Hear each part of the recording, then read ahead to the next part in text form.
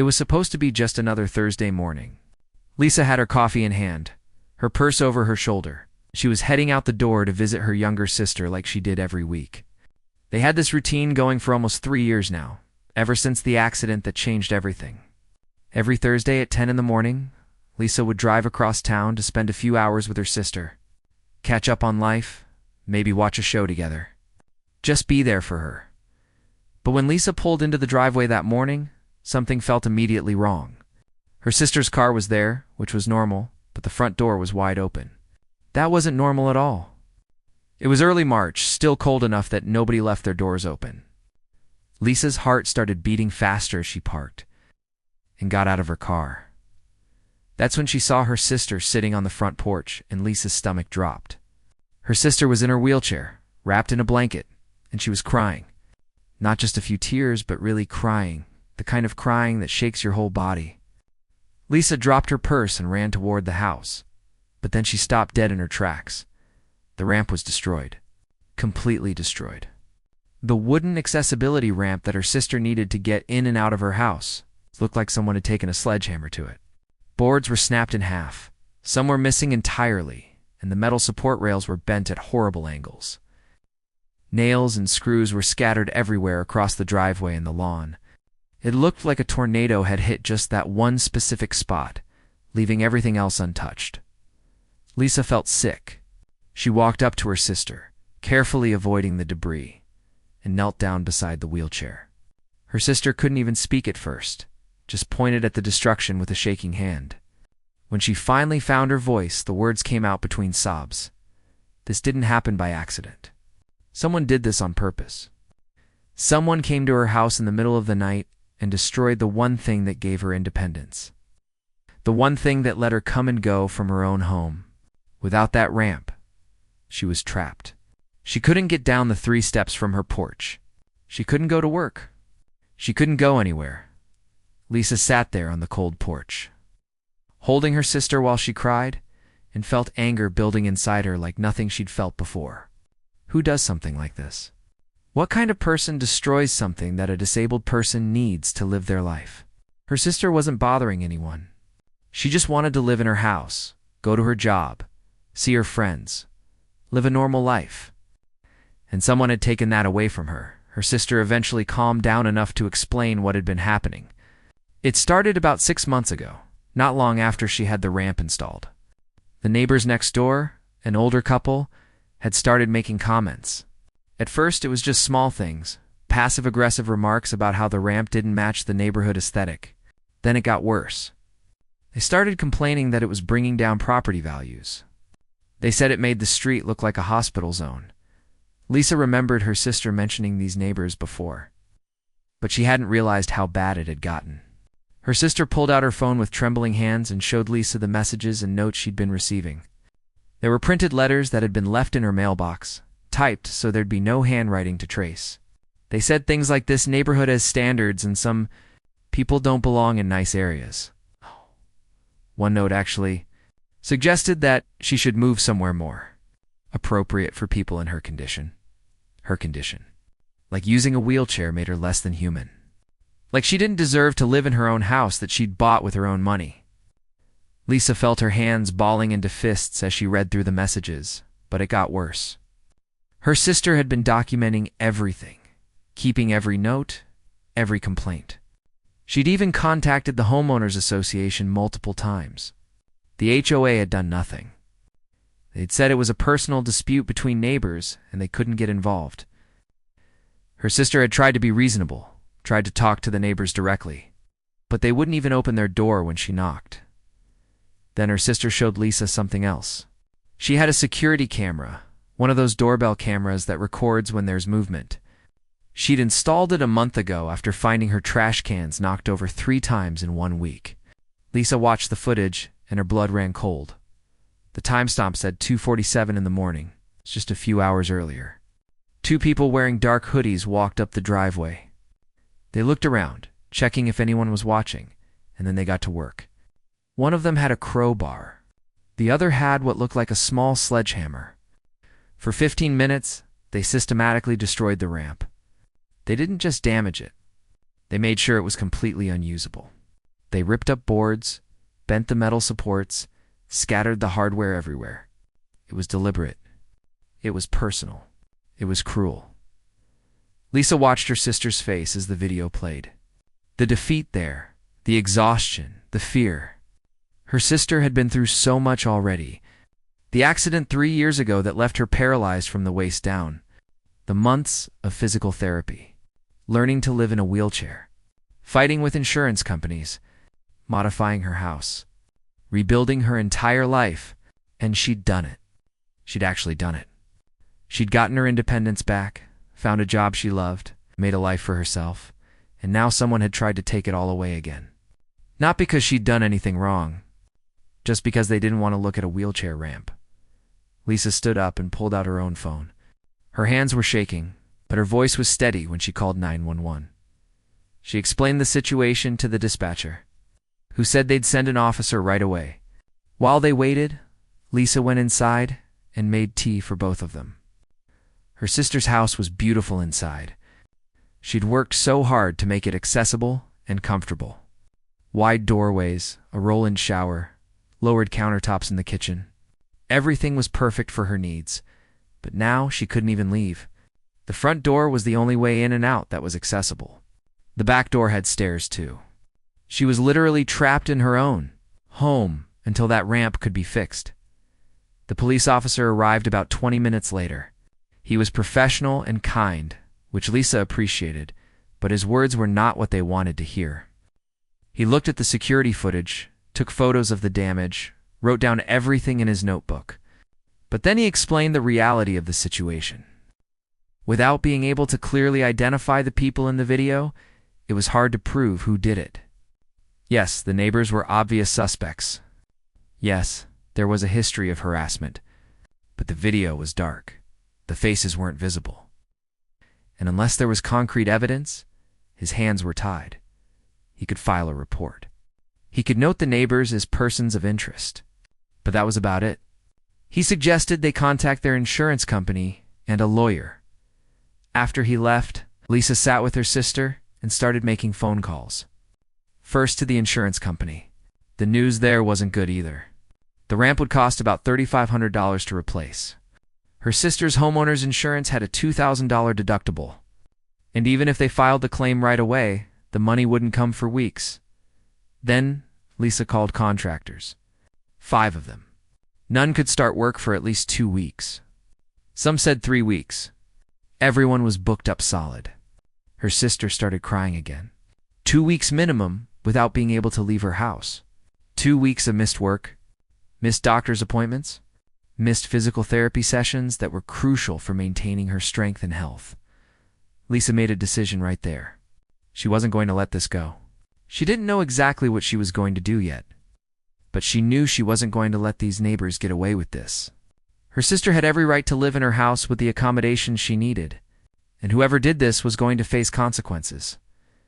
Lisa stayed with her sister for the rest of that day and into the evening. They sat together, going through everything that had happened over the past 6 months. Her sister pulled out a folder she'd been keeping, and Lisa's anger grew with every page she turned. There were copies of at least a dozen hateful notes. Screenshots of neighborhood social media posts where people complained about the ramp. Even a petition that had been circulated trying to get her sister to remove it. A petition. Like her sister's ability to enter and leave her own home was up for a vote. That night.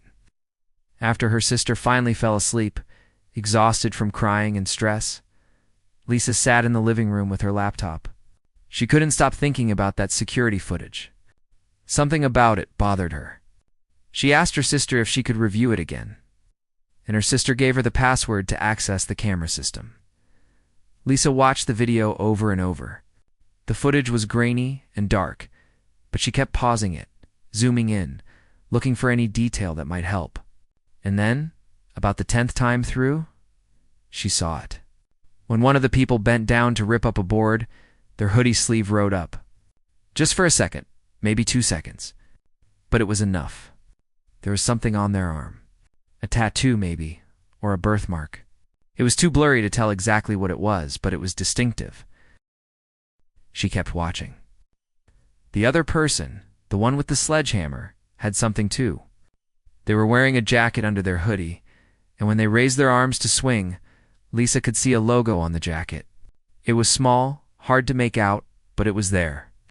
She took screenshots of both moments, even though the quality wasn't great. The next morning, Lisa got up early and made breakfast for both of them. Her sister was quiet, staring at her coffee cup. She had dark circles under her eyes. She hadn't slept well, and who could blame her?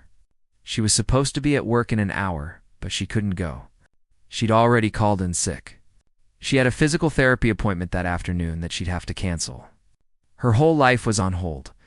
Lisa helped her sister get ready for the day, and then she made a decision. She was going to do something that might make things worse, but she couldn't just sit there and do nothing. She told her sister she'd be back in a bit, got in her car, drove to the police station. She asked to speak with the officer who'd come to the house. When he came out to the lobby, she showed him the screenshots she'd taken. She explained what she'd noticed. He looked at them, nodded slowly, and said he'd add them to the report. But his tone made it clear he didn't think it would make much difference. The images were too unclear. Any lawyer would argue they proved nothing. But then Lisa said something else. She told him she'd seen the male neighbor wearing a jacket with that exact same logo. She'd noticed it a few weeks ago when she'd visited her sister. The neighbor had been out washing his car wearing that jacket. The officer's expression changed slightly. He asked if she was certain. Lisa said yes. That was something. Not proof, but something. The officer said he'd follow up, maybe have a conversation with the neighbors. Lisa left feeling slightly better, but not much. Over the next few days, Lisa did everything she could to help her sister. She drove over every morning, helped with whatever needed doing around the house, ran errands, picked up groceries. Her sister was trying to stay positive, but Lisa could see the toll it was taking. Her sister had worked so hard to be independent again. Having to rely on someone for everything, even just to get food from the store, was crushing her spirit. Lisa also spent hours on her phone and laptop trying to find solutions. She called every contractor in a 50-mile radius. Most were booked solid. One said he could bump her sister up the list, but it would cost double. Another said he could do it in a week if they supplied all the materials themselves. Lisa started pricing out lumber, brackets, all the hardware needed. It was overwhelming then. She had an idea. It was risky, and her sister might not like it, but Lisa felt like they needed help. She opened her sister's security camera footage one more time, took some photos of the destroyed ramp with her phone, sat down to write. She created a post on social media. She explained what had happened to her sister. She talked about the harassment, the destroyed ramp, how her sister was now trapped in her own home. She included pictures of the damage but was careful not to name any names or make direct accusations. She just told the story and asked if anyone knew a contractor who could help, or if anyone had experienced something similar. She posted it at 9 o'clock on a Saturday morning. By noon, it had been shared 50 times. By evening, 200 times. By Sunday morning, the post had gone viral in their city. Thousands of people were seeing it. And the responses were overwhelming. People were outraged. They were sharing their own stories about discrimination against disabled family members. Local disability rights groups were commenting and sharing the post. News reporters were sending private messages asking if her sister would be willing to talk to them. And most surprisingly, people were offering help. Real, concrete help. A contractor messaged saying he'd rebuild the ramp for free if her sister could cover the materials. A local hardware store owner commented that he'd donate the materials. Someone started a fundraising page to help with costs, and within hours, it had raised over $2,000. People were donating $20, $50, even $500. Complete strangers who were moved by the story and wanted to help. Lisa showed her sister all the messages and comments. For the first time since Thursday morning, her sister smiled. Actually smiled. She couldn't believe how many people cared, how many people were standing up for her. It felt like maybe everything would be okay, but then things got complicated. On Sunday evening, Lisa got a message from someone she didn't know. The person said they lived in the same neighborhood as her sister. They said they knew who had destroyed the ramp. It was definitely the neighbors, the older couple. This person had seen them talking about the ramp in negative terms multiple times. They'd overheard them at a neighborhood gathering saying that people in wheelchairs should live in special facilities, not regular neighborhoods. Lisa felt vindicated, but she also felt scared. This was real evidence, but it was also going to make this situation more intense. She thanked the person and asked if they'd be willing to talk to the police. They said yes. The next day was Monday, and that's when everything really exploded. The local news had picked up the story. A reporter showed up at her sister's house in the morning with a camera crew. They wanted to do an interview. Her sister was nervous, but Lisa encouraged her. People needed to see what was happening. They needed to understand that this wasn't just property damage. This was an attack on someone's ability to live their life. The interview aired that evening on the local news. Her sister told her story calmly and clearly. She showed them the destroyed ramp. She talked about the harassment she'd endured. The reporter asked good questions, was respectful and kind. The story was the lead segment, and it was powerful. But it also stirred up trouble. By Tuesday morning, Lisa heard from her sister that something was happening next door. The neighbors, the couple who'd been so hostile, suddenly had people at their house. Lisa drove over and saw what looked like news vans parked on the street. Reporters were knocking on the neighbor's door. The story had gotten so big that now people wanted to hear the other side. The neighbors didn't answer their door. But their lawyer did, or at least someone who said they were their lawyer. This person stood on the neighbor's front lawn and made a statement to the cameras. They said their clients were being harassed and slandered. They said the social media post was defamatory because it implied the neighbors were responsible without any proof. They threatened legal action if the accusations didn't stop. Lisa felt her stomach drop. She hadn't named anyone in her post.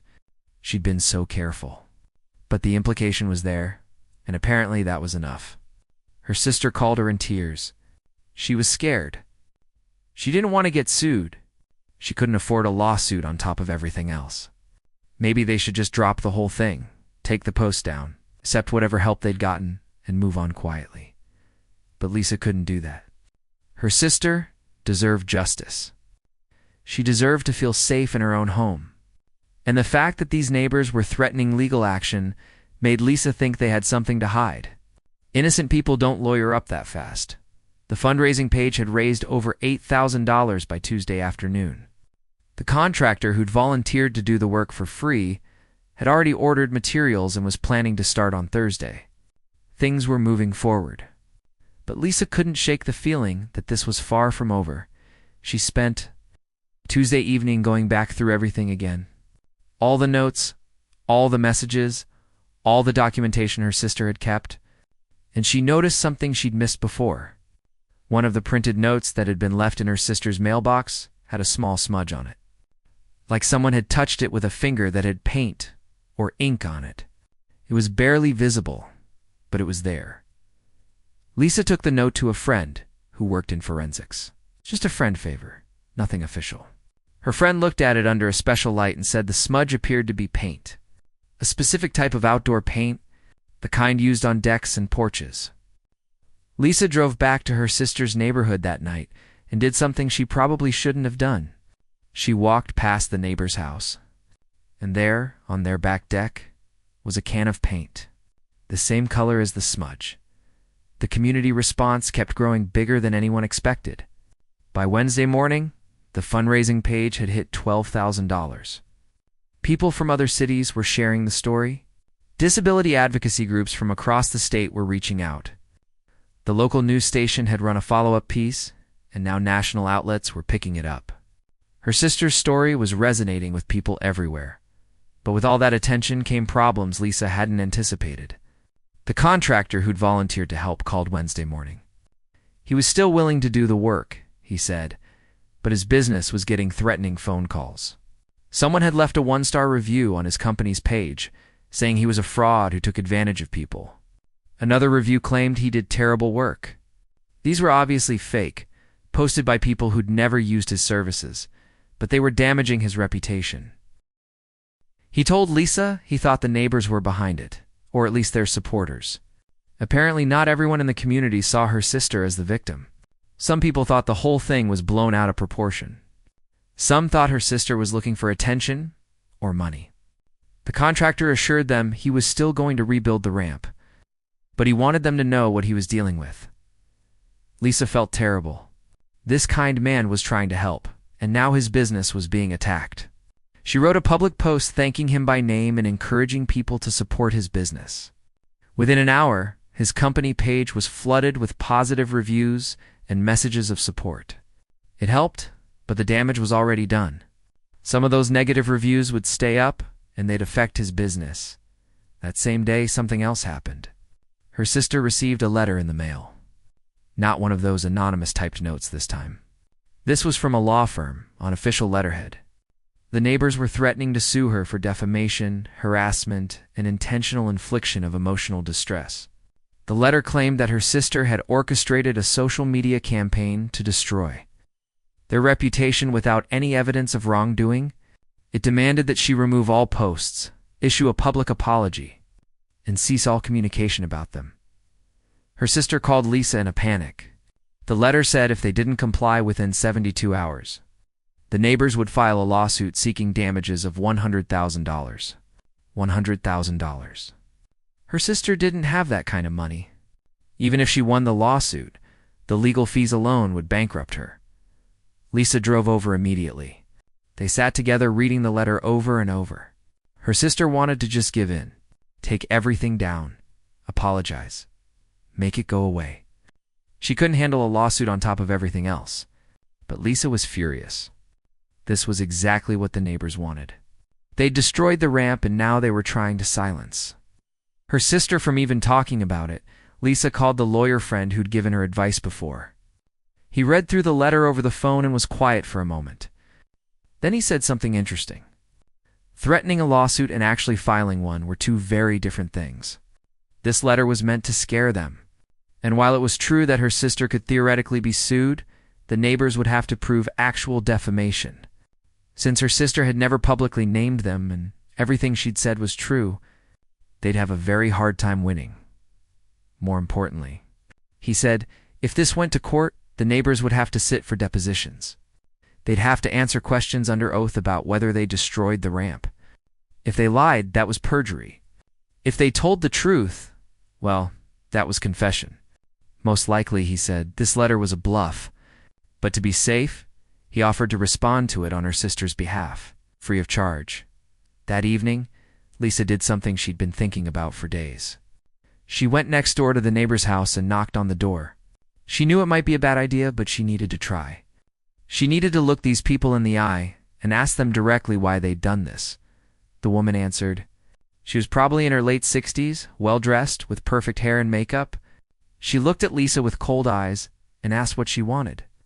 Lisa kept her voice calm and said she was there to talk about her sister's ramp. The woman immediately started to close the door, but Lisa put her hand up. Please, Lisa said. Just talk to me. Person to person.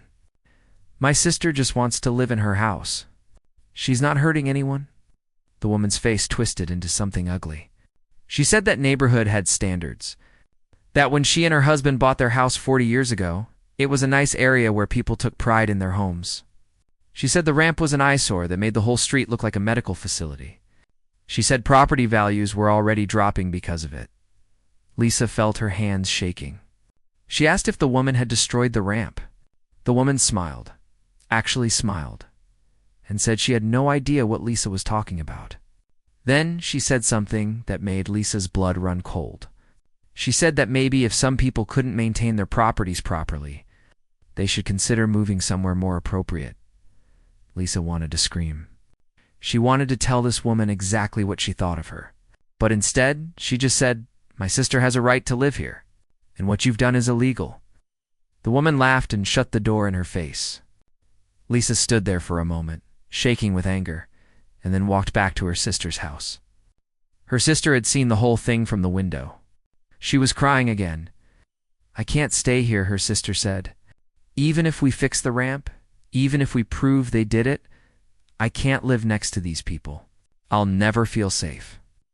Lisa hugged her sister and felt her own tears coming. This wasn't fair. Her sister had already lost so much, and now she was losing her home too, not because she had to leave, but because these horrible people had made it impossible to stay. The next day was Thursday, exactly 1 week since the ramp was destroyed. The contractor arrived early with his crew and materials. The hardware store owner who donated supplies came by to make sure everything was right. And something beautiful happened. Other people from the neighborhood showed up, not to protest or cause trouble, but to help. Someone brought coffee and donuts. Someone else brought lunch.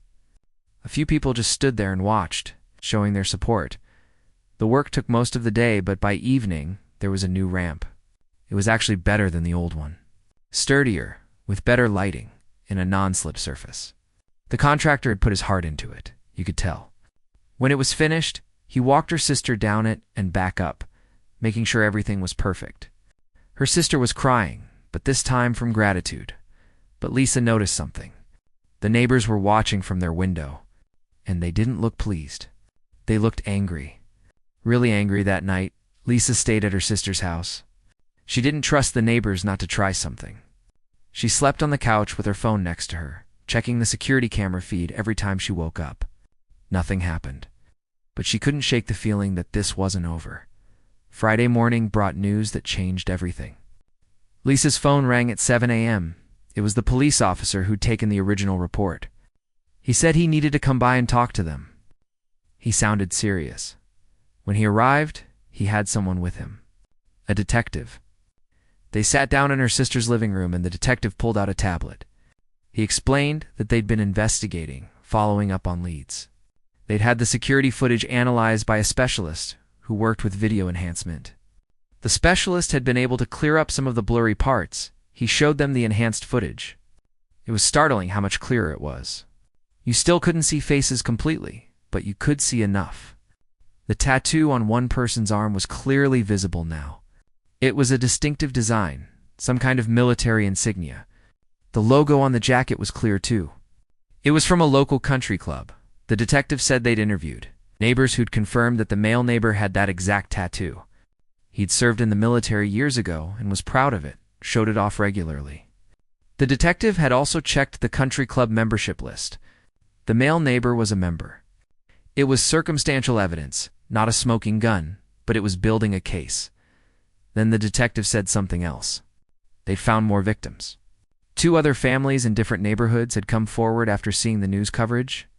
Both had disabled family members. Both had received similar harassing notes. Both had experienced property damage. The notes had been typed on the same computer, based on forensic analysis. The signature style of harassment was identical. This wasn't just about her sister. These neighbors had been doing this to multiple people. It was a pattern. And that changed everything legally. This wasn't just vandalism anymore. This was potentially a hate crime with multiple victims. The detective asked if her sister would be willing to press charges once they had enough evidence. Her sister looked at Lisa, fear in her eyes, but also something else, determination. She nodded yes. After the police left, Lisa sat with her sister in silence for a while. The new ramp was sitting outside, solid and strong. The fundraising page was at $15,000. The community had rallied around them. But the fight wasn't over. In fact, it felt like it was just beginning. That afternoon, Lisa was in her own apartment when her phone rang. It was a number she didn't recognize. She almost didn't answer, but something made her pick up. It was the male neighbor. His voice was low and threatening. He told Lisa she needed to back off. She was ruining his life and his wife's life. They were good people who'd lived in that neighborhood for decades. He said if she kept pushing this, she'd regret it. Lisa's hands shook as she held the phone, but her voice was steady when she spoke. You destroyed my sister's ramp. You harassed her for months. You've done this to other people. And now, you're threatening me. I'm not backing off. You're going to face consequences for what you did. He hung up. Lisa immediately called the detective and reported the threatening call. He said they'd add it to the file. He also said something else. They were close to having enough evidence to make an arrest. Very close, he asked Lisa, to be patient just a little longer. The detective had asked for patience, but what came next happened fast. On Monday morning, 2 weeks after the ramp was first destroyed, the detective called with news. They were bringing the neighbors in for questioning, the video enhancement. Specialists had done additional work and found something crucial. In one frame, when the person with the sledgehammer turned slightly, there was a reflection in a car window across the street. Just a glimpse, but it was enough to show part of a face. Combined with everything else they had, it was enough to move forward. Lisa drove to her sister's house right away. They sat together, waiting, anxious. Around noon, they saw police cars pull up next door. Officers went to the door. The neighbors came out, looking shocked and angry. They were taken away in separate police cars. Not arrested yet, the detective explained later, just brought in for questioning. But it was a huge step. The questioning went on for hours. Lisa and her sister waited at home, unable to focus on anything else. Finally, around 6 in the evening, the detective called. He asked if they could come down to the station. He had some things to tell them. At the police station, the detective led them to a small meeting room. He looked tired but satisfied, explained what had happened. During questioning, the neighbors had both denied everything at first. They said they were home asleep when the ramp was destroyed. They had no idea who did it. They admitted they didn't like the ramp, sure. They'd never do something illegal. But then the detective showed them the enhanced video, showed them the tattoo, the jacket logo, the partial face in the reflection. The female neighbor started to crack. She insisted her husband had acted alone, that she hadn't known what he was planning. The husband got angry, said that was a lie, said it was her idea. They turned on each other. By the end of several hours of questioning, they'd both admitted to destroying the ramp. They'd both admitted to writing the harassing notes. And when confronted with evidence about the other victims, the other families they'd targeted, they'd admitted to that too. They'd thought they were protecting their neighborhood, they said. Protecting property values. Keeping their streets nice. The detective said the district attorney was reviewing everything and would decide on charges by the end of the week. But based on what they had, he expected both neighbors would be charged with vandalism, criminal mischief, and violations of disability rights laws. The DA was also considering hate crime enhancements because the crimes specifically targeted disabled individuals. Lisa felt her sister grab her hand. They'd done it. The truth was out, but the detective had more to tell them. During the investigation, they'd found something else. The neighbors had detailed insurance documents and property records, showing they'd actually tried to file complaints against other homeowners in the past. People with different types of accommodations. Someone who'd installed a wheelchair lift. Someone who'd paved their backyard for accessible parking. The neighbors had a pattern of trying to force people out if they made modifications for disabilities. The detective also mentioned that the paint sample Lisa's friend had noticed on one of the notes had been tested. It matched paint found in the neighbor's garage. That sealed it. Everything connected. Over the next few days, more information came out. The lawyer the neighbors had hired, the one who'd sent that threatening letter, dropped them as clients. He apparently realized how bad the situation was and didn't want to be associated with it. The neighbors tried to hire other lawyers, but their reputation was now public. Several attorneys declined to represent them. By Thursday, exactly 2 weeks. And one day after the ramp was destroyed, formal charges were filed. Both neighbors were charged with criminal mischief in the first degree, criminal destruction of property, violating the Americans with Disabilities Act, and harassment. The DA added hate crime enhancements, which meant, if convicted, they'd face significantly longer sentences. The arraignment was scheduled for the following Monday. Lisa and her sister attended, sitting in the back of the courtroom. The neighbors came in wearing different clothes than their mugshots, probably trying to look respectable. Their new lawyer. A public defender, since they apparently couldn't afford private counsel anymore, argued for low bail. Said his clients were longtime residents, not flight risks. Pillars of the community. The prosecutor stood up and presented a different picture. She detailed the harassment campaign, multiple victims. The deliberate destruction of property meant to harm disabled individuals. The threatening phone call to Lisa, she argued that these defendants had shown a pattern of targeting vulnerable people and showed no remorse. She asked for high bail. The judge listened to both sides. Then he looked directly at the neighbors and spoke. He said that in his years on the bench, he'd seen a lot of property crimes, but this was different. This wasn't about money or anger in a moment of passion. This was calculated cruelty directed at people who just wanted to live their lives. He set bail at $50,000 each. The neighbors looked stunned. Their family members in the courtroom gasped. That was $100,000 total. They'd have to come up with 10%, $10,000 to bail themselves out. The judge denied their request to lower it. Walking out of the courtroom, Lisa felt a strange mix of emotions. Relief, satisfaction, but also sadness. This could have all been avoided if those neighbors had just chosen kindness. If they'd chosen to see her sister as a person, not a problem. But the legal process was far from over. Over the next 2 months, there were preliminary hearings, evidence exchanges, motions filed. The neighbor's public defender tried several tactics. He argued the video evidence was too grainy to be reliable. He claimed his client's confessions were coerced. He filed a motion to suppress evidence.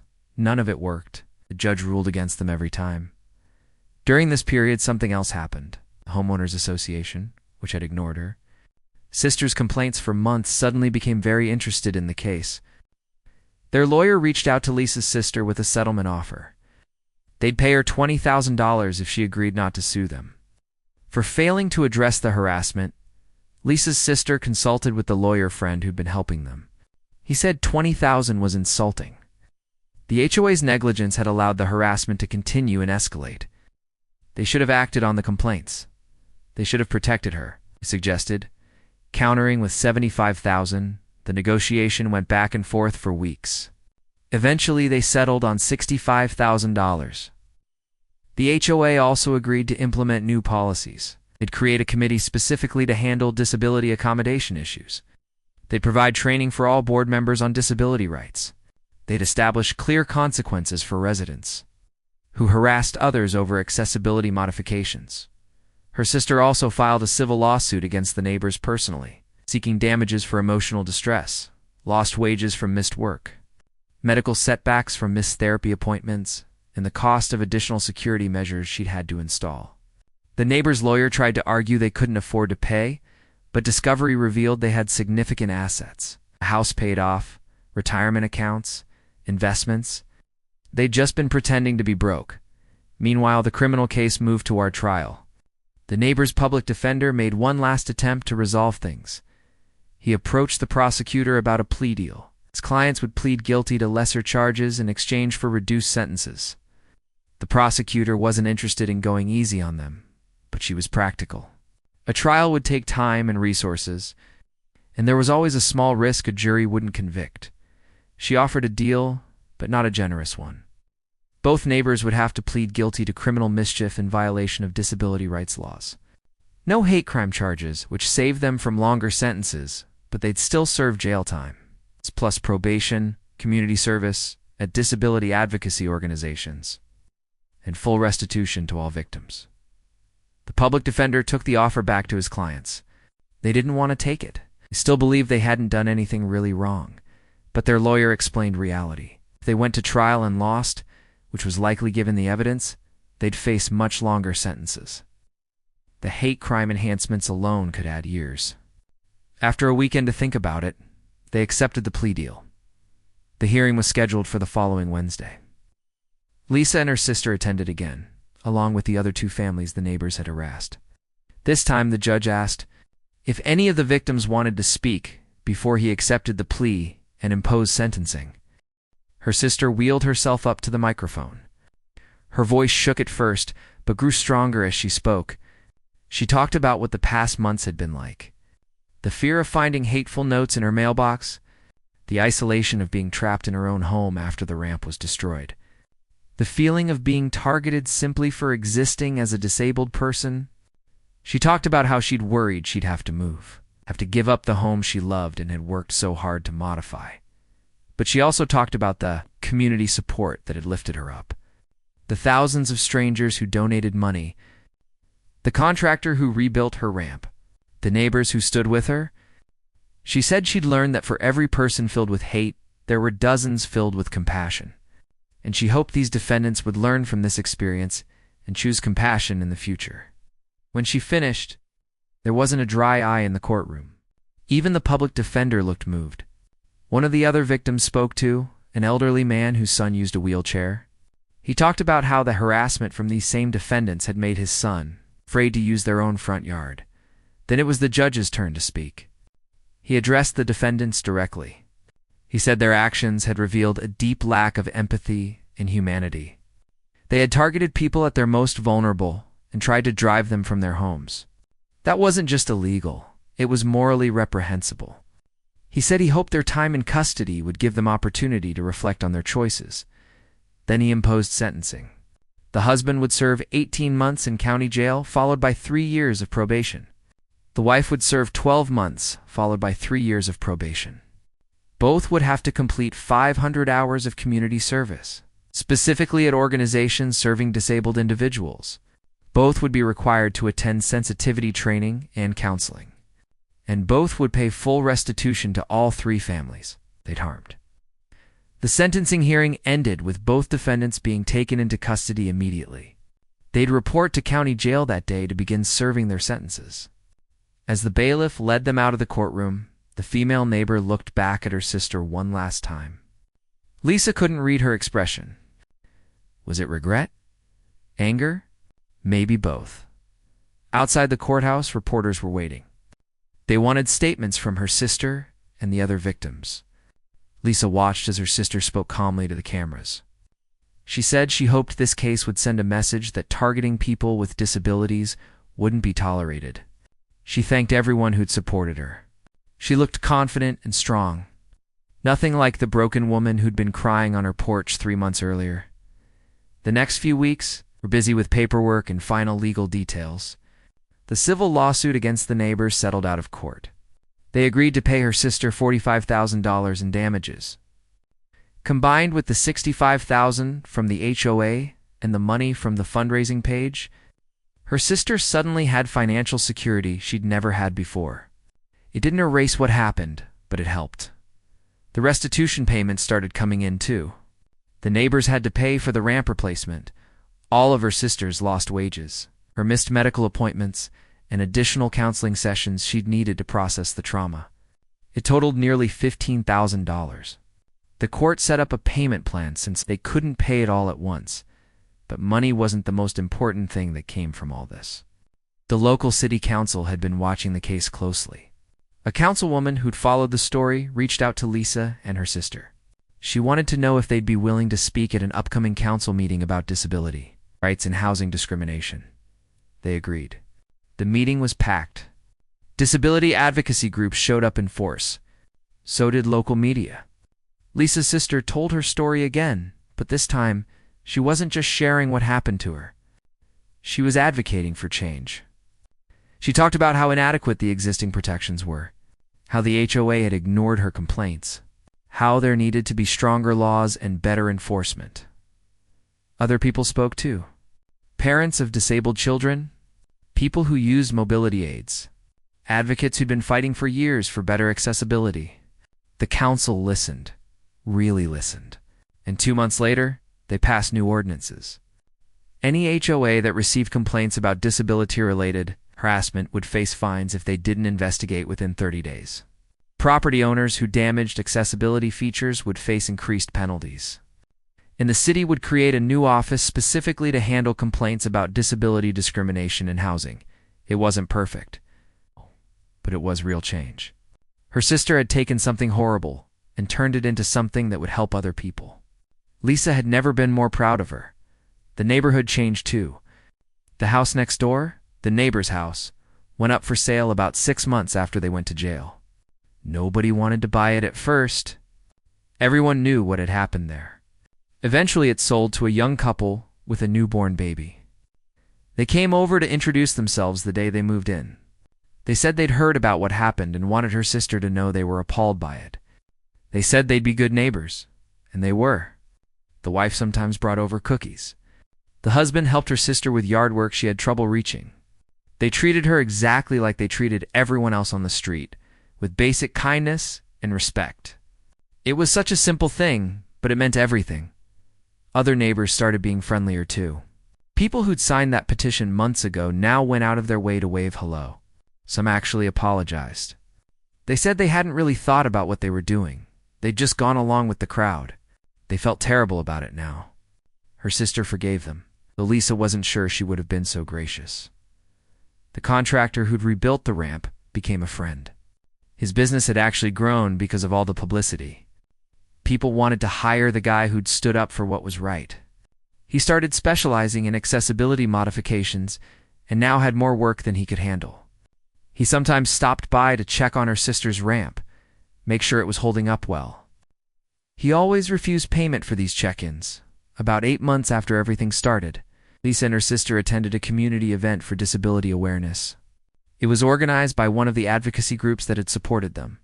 There were speakers, information booths, activities for kids, and there were other families there who'd faced similar discrimination. Hearing their stories was both heartbreaking and empowering. They weren't alone in what they'd experienced. At the event, someone approached them.